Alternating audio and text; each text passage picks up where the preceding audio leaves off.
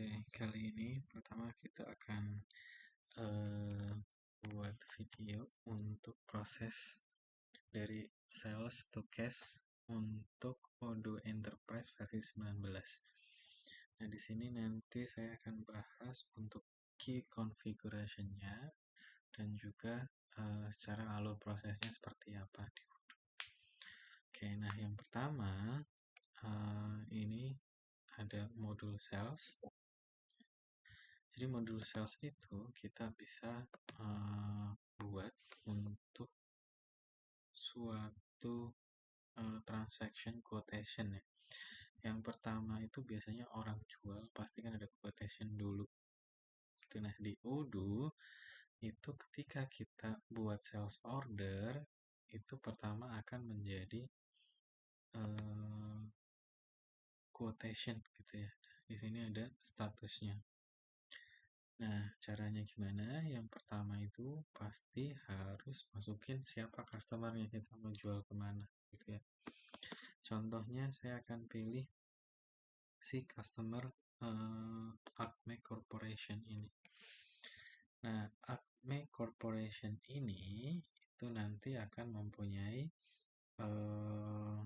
payment terms sama price list yang sudah disetting di master customer. Nah, nanti kita akan masuk ke detail configuration-nya. Kita bisa pakai tombol yang ini untuk masuk ke konfigurasi si master customer-nya itu. Jadi kita klik di sini. Nah, di master customer ini kita bisa menemukan dari namanya, terus dan informasi alamat, terus yang penting lagi untuk di Indonesia itu ya, itu ada NPWP karena nanti Odoo ini sudah bisa untuk upload XML ke Cortex seperti itu. Nah, terus website dan lain-lain ini sebenarnya ya cuma nice to have aja, kayak misalkan kita nanti bisa tarik report untuk penjualan customer yang tag-nya dash manufacturer misalkan. Nah, nanti itu bisa seperti itu nanti reportnya. Nah, kemudian kita juga bisa tambahkan beberapa kontak di sini. Misalkan ada sales representative-nya, itu namanya Edison, terus ada functional consultant-nya, terus ada analisnya. Nah, bisa ditaruh di sini. Kita juga bisa buat beberapa alamat yang lain ya. Contohnya si customer ini ternyata punya 2 gudang gitu ya contohnya. Nah, jadi dia maunya itu delivery dikirimin ke gudang, bukan ke alamat head office yang ada di sini. Nah, itu kita bisa buat juga seperti ini. Misalkan ini gudangnya itu namanya misalkan warehouse Jakarta misalkan. Walaupun dia head office-nya di United States contohnya. Kita bisa save. Nah, nanti si alamat ini bisa jadi untuk si delivery address-nya seperti itu. Nah, terus yang ada lagi informasi yang cukup penting juga, yaitu ada yang namanya payment term. Ini payment term-nya biasanya kan customer itu punya tenggang waktu ya. Jadi payment term-nya itu kita bisa ubah-ubah sendiri. Misalkan ada 15, 21, 30. Nah, misalkan kok customer saya itu bukan 21 tapi 17 hari. Nah, ini juga bisa ditambah di sini. Nanti kita bisa tambahkan di masternya di namanya payment di payment terms. Nah, di payment terms itu kalau nggak salah, kalau di konfigurasi sales itu nggak ada, berarti adanya di accounting. Nanti saya akan kasih lihat juga. Nah, kurang lebih seperti itu. Terus untuk di accounting ini juga ada yang penting, yaitu untuk akun receivable-nya. Akun receivable ini penting karena nanti ini akan menjadi akun yang dijurnal otomatis oleh Odoo gitu. Nah, akun ini nanti akan dipakai ketika ada invoice untuk suatu customer ini gitu. Nah, terus kalau ada yang bertanya kenapa sih ini kan customer, kenapa ada di sini akun payable? Nah, di Odoo itu customer sama vendor dan kontak juga apapun itu namanya adalah partner sebenarnya. Jadi hanya ada satu database, yaitu database partner yang untuk menyimpan customer dan juga vendor. Nah, makanya si Odoo perlu untuk masukin akun receivable dan juga akun payable gitu, dan ini mandatory. Nah, tetapi kalau misalkan si Acme Corporation ini hanya customer saja, otomatis kan nanti akan transaksinya kan self order dan customer invoice. Maka akun yang dipakai terus itu sebenarnya akun receivable. Jadi akun payable ini nanti tidak akan terpakai. Seperti itu.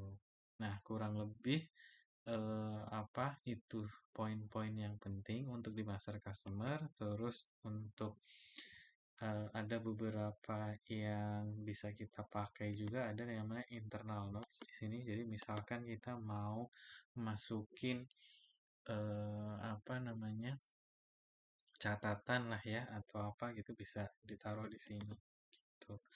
Atau misalkan kita mau ada attachment gitu ya, attachment kontrak atau perjanjian gitu, kita bisa juga taruh di sebelah sini. Ini kita bisa masukin attachment file, nanti akan masuk ke sini.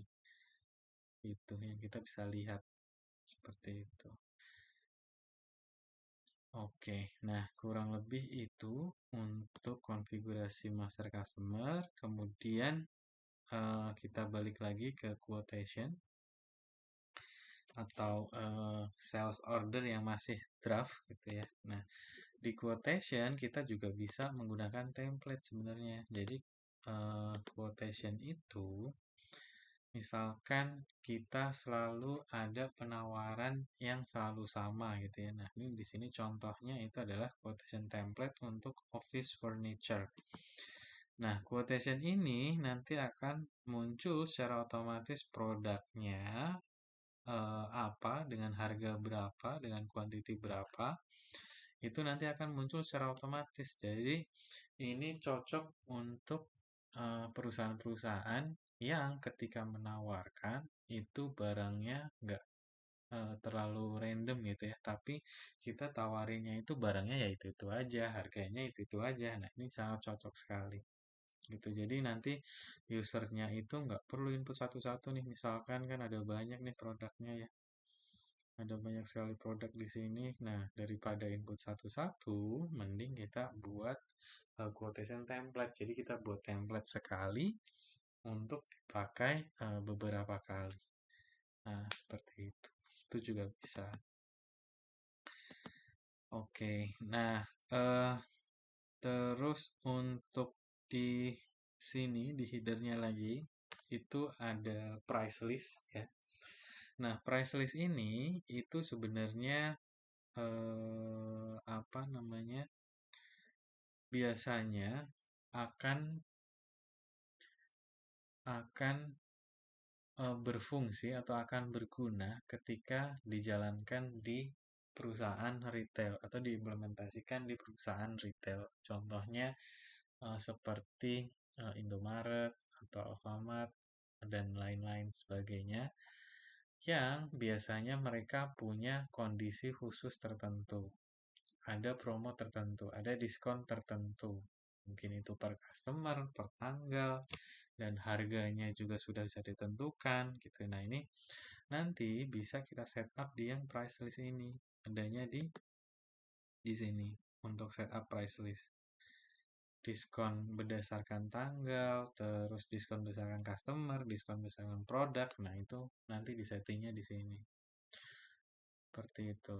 Cuman ini ya cocoknya misalkan ada ya perusahaan retail ya, kalau yang perusahaan mungkin besar-besar seperti manufaktur, perusahaan jasa dan sebagainya itu kan apa namanya, harga itu kan biasanya ditentukan berdasarkan deal per kontrak itu. Per kontrak bisa beda-beda. Jadi untuk price list ini mungkin tidak terlalu dibutuhkan seperti itu. Nah, terus di sini ada yang namanya expiration sama delivery date. Terus ada quotation date juga. Nah, ini apa? Yang pertama, expiration date itu adalah tanggal penawaran ini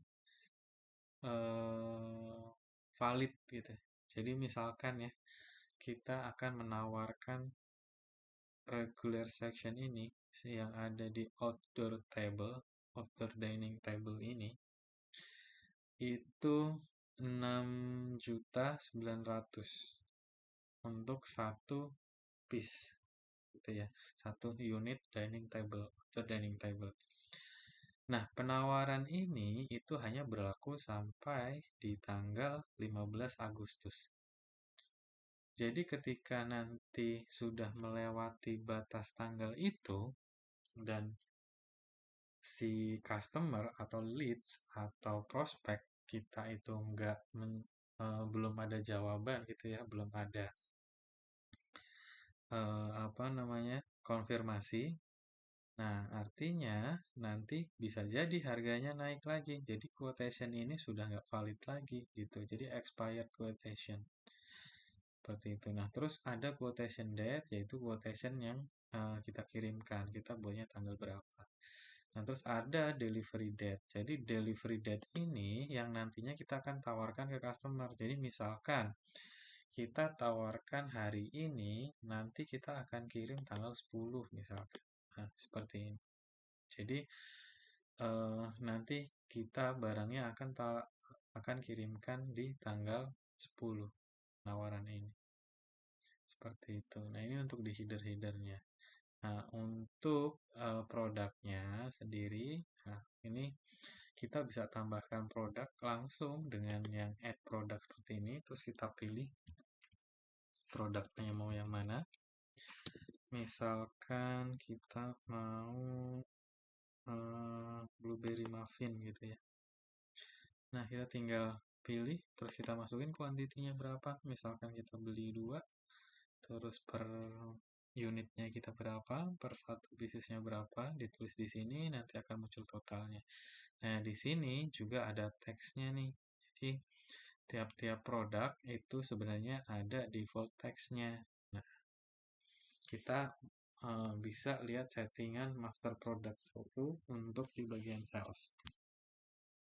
Oke. Yang pertama itu adalah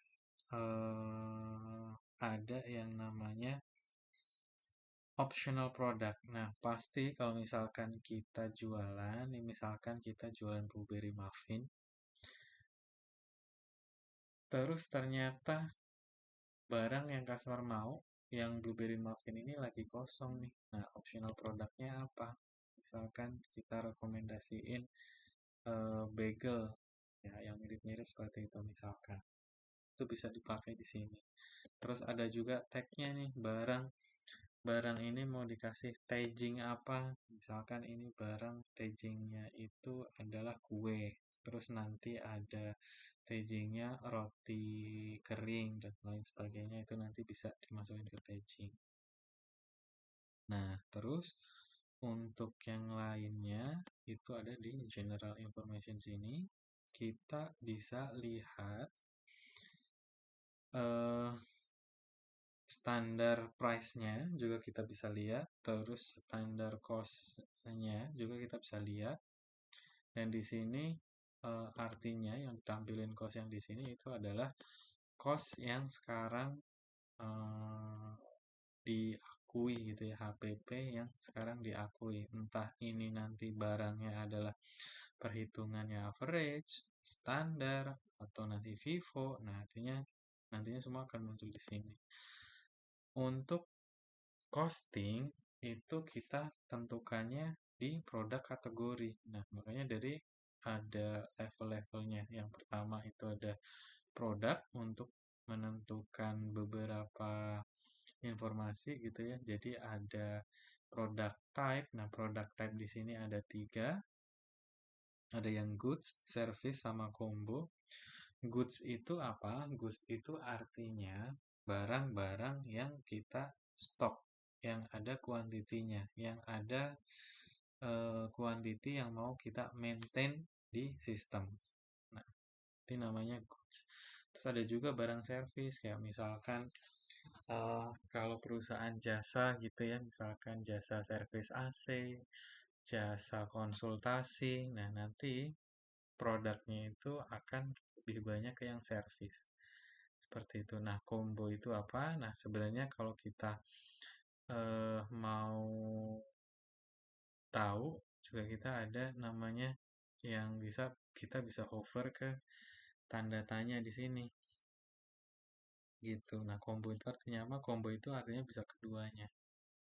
Ada goods sama service juga. Terus bisa juga diartikan seperti apa namanya? Barang paket lah gitu ya. Jadi contohnya eh, dash aksesoris combo atau dash combo itu nanti kita bisa eh, pilih beberapa pilihan gitu per kategori. Kurang lebih seperti itu. Tapi ini sangat jarang sekali diimplementasikan karena kebanyakan itu pakainya hanya untuk yang 2 ini, service ini. Dan untuk yang versi sebelum versi 18 itu pilihan combo juga belum ada. Seperti itu. Oke, nah lanjut lagi kita bisa bahas ke yang produk kategori. Ini juga penting karena ini nantinya itu akan menentukan bagaimana jurnal itu terbentuk ketika ada transaksi yang menggunakan produk kategori ini. Gitu. Nah, yang pertama itu ada costing method. Jadi costing method di Odoo itu disetting berdasarkan produk kategori. Gitu. Jadi ada pilihannya ada starter price, Vivo, sama average cost. Itu. Terus untuk inventory valuation-nya untuk versi 19 itu ada pilihan periodik sama perpetual. Perpetualnya itu add invoicing. Seperti itu. Jadi ketika apa namanya? Sebenarnya perpetual ini bukan perpetual yang accrual ya, tapi yang cash basis kalau lebih lebih familiarnya seperti itu. Nah, terus untuk yang periodik ini jurnal valuasinya itu baru akan terbentuk ketika ada closing periode. Mungkin nanti ada bulanan gitu ya, closing periode bulanan. Artinya jurnal inventory-nya itu hanya akan terbentuk satu saat akhir bulan atau satu saat ada closing periode.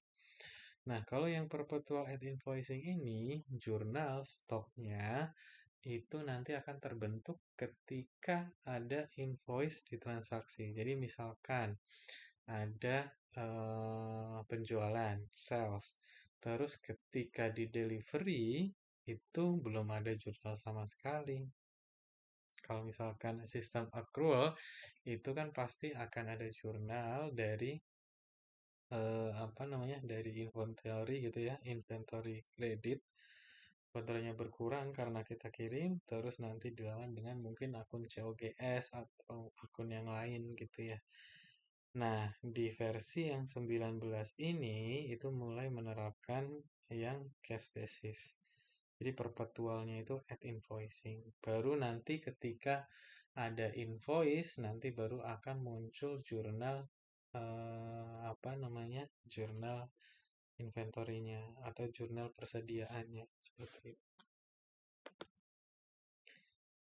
Untuk yang versi di bawah versi 19 itu benar-benar accrual. Jadi ketika ada delivery atau penerimaan barang itu nanti akan muncul jurnal inventory-nya. Terus nanti saat invoice yang muncul jurnal invoice-nya seperti itu. Oke. Lanjut untuk yang di account properties. Nah, account properties ini hanya untuk settingan produk kategori ini nanti jurnalnya pakai akun apa saja sih. Nah, di sini nanti settingannya. Yang pertama itu ada income account. Income account itu muncul ketika ada customer invoice untuk si produk kategori ini. Jadi nanti ini yang akan menjadi lawan si AR-nya. Seperti itu. Nah, terus ada expense. Nah, expense juga nanti ini akan muncul ketika ada pembelian atau vendor bill. Nah, ini contohnya kalau di Anglo-Saxon nanti akan muncul ketika vendor bill dan juga nanti akan muncul ketika ada customer invoice validasi, terus muncul cost of goods sold-nya juga. Jadi dari menjadi lawan inventory seperti itu. Kalau misalkan mau pakai yang Anglo-Saxon. Terus kalau yang misalkan bukan Anglo-Saxon, kita langsung muncul ketika atau dipakai hanya di vendor bill seperti itu. Nah, terus stok akun ini itu nanti akan dipakai untuk jurnal persediaannya. Jadi inilah akun persediaannya. Terus ada stock variation. Nah, stock variation ini pilihannya atau fieldnya itu hanya muncul di versi 19. Versi yang sebelumnya itu tidak ada stock variation karena sudah acrobasis. Terus stock variation ini apa? Nah, stock variation ini adalah akun penampung ketika belum dibuat invoice. Ini balik lagi seperti yang saya jelaskan tadi. Di versi 19 itu jurnal persediaan itu baru akan muncul saat invoicing. Nah, sedangkan kalau sudah delivery tapi belum di invoice itu nanti akan ditampung di akun stock variation. Seperti itu. Wah, ini sudah sangat detail sekali. Kita akan balik ke quotation-nya ya mungkin ya. Oke, kita akan coba, ini jangan terlalu banyak ya. Kita akan coba yang sedikit saja, jadi biar kita bisa kirim untuk yang stoknya ada. Nah, contohnya saya akan yang apple pie tadi ya, kuantitinya 1, harganya sekian, kena pajak sekian, terus ada amount-nya sekian. Oke, kita terus kalau misalkan ini hanya kita save saja, terus kita tawarin ke apa namanya ke customer gitu ya. Nah, ketika misalkan si customer yang sudah oke, itu kita confirm di sini. Dan statusnya itu akan menjadi sales order seperti itu. Jadi yang tadinya quotation dengan nomor yang sama S031 ini menjadi sales order seperti itu. Nah, dari situ juga karena kita itu jual barang goods atau jual barang yang ada stoknya, yang kita akui stoknya di apa namanya di inventory, maka akan langsung muncul delivery-nya di sini. Gitu. Jadi sangat cepat sekali. Jadi kalau biasanya di sistem lain itu harus buat delivery sendiri berdasarkan SO nomor 031 ini. Nah, kalau di Odoo itu ketika confirm otomatis dia akan muncul delivery-nya. Seperti itu dengan schedule date yang sudah ditentukan tadi ya di sales order-nya. Seperti itu. Nah, terus di sini juga kita bisa lihat ada yang namanya product availability. Product availability ini nanti akan muncul available warna hijau ketika si apple pie ini ada stoknya di stok kita gitu. Tapi kalau misalkan apple pie ini sudah habis, kurang, nanti akan muncul not available. seperti itu. Jadi ini bisa untuk apa namanya?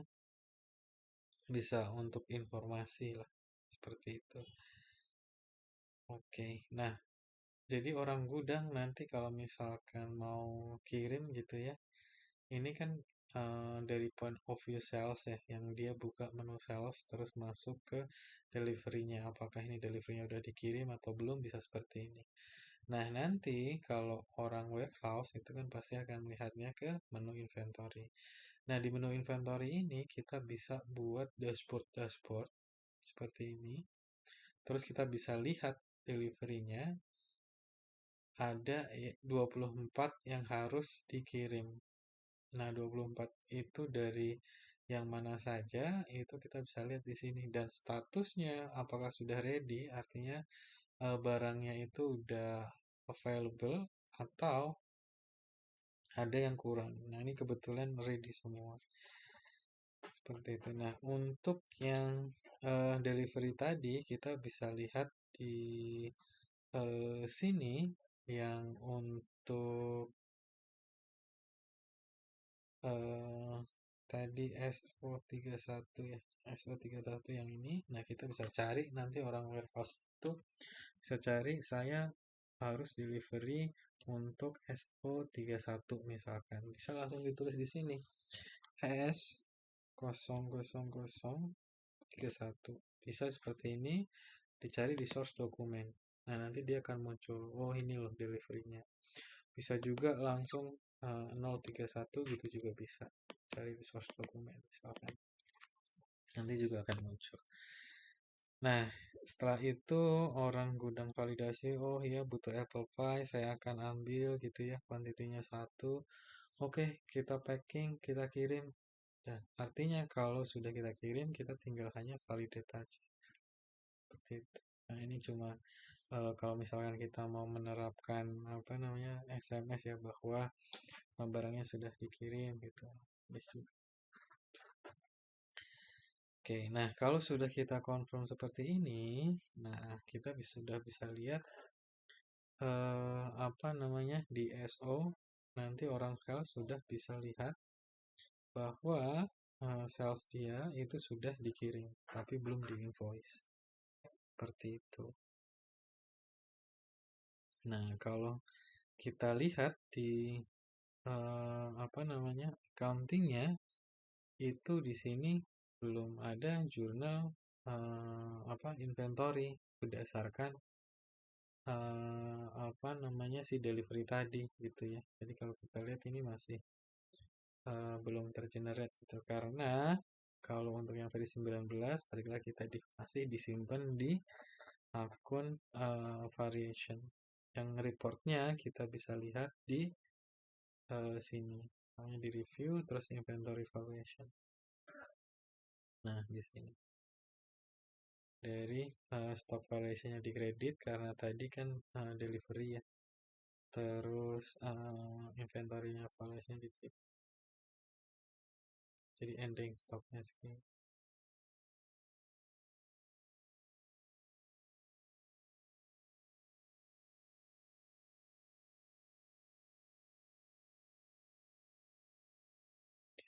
Terus kita juga bisa lihat apa namanya invoice to be issue-nya di sini. Nah, ini ada si Acme ini untuk apple pie yang tadi kita buat dengan total sekian, ya kan? Terus ada juga yang lainnya yang sebelum-sebelumnya kita bisa lihat juga udah di delivery tapi belum di invoice. Nah, dari sini kita juga bisa langsung buatkan invoice sebagai orang finance. Misalkan kita, oh ya, dari invoice dari gudang sudah kita kirimkan, nah tinggal kita buat invoice-nya. Create invoice langsung pakai yang regular invoice, karena kebanyakan di Indonesia itu nggak ada yang DP seperti ini ya. Jadi penjualan langsung regular invoice, langsung create draft. Nah, di sini invoice-nya langsung terbentuk, hanya satu kali klik saja. Cuman ini masih dalam status draft ya. Jadi kita bisa masukin tanggalnya, kita tanggal invoice tanggal sekarang, terus kita posting atau confirm, nah nanti jurnalnya itu baru akan terbentuk di sini. Akan kasih lihat, oke. Nah, di sini kita bisa lihat apa namanya jurnal untuk si invoice-nya. Seperti tadi itu dapat.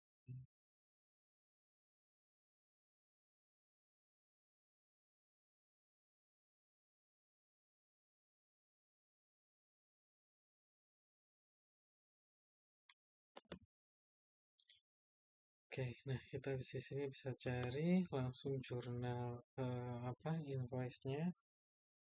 Nah, langsung terbentuk jurnalnya.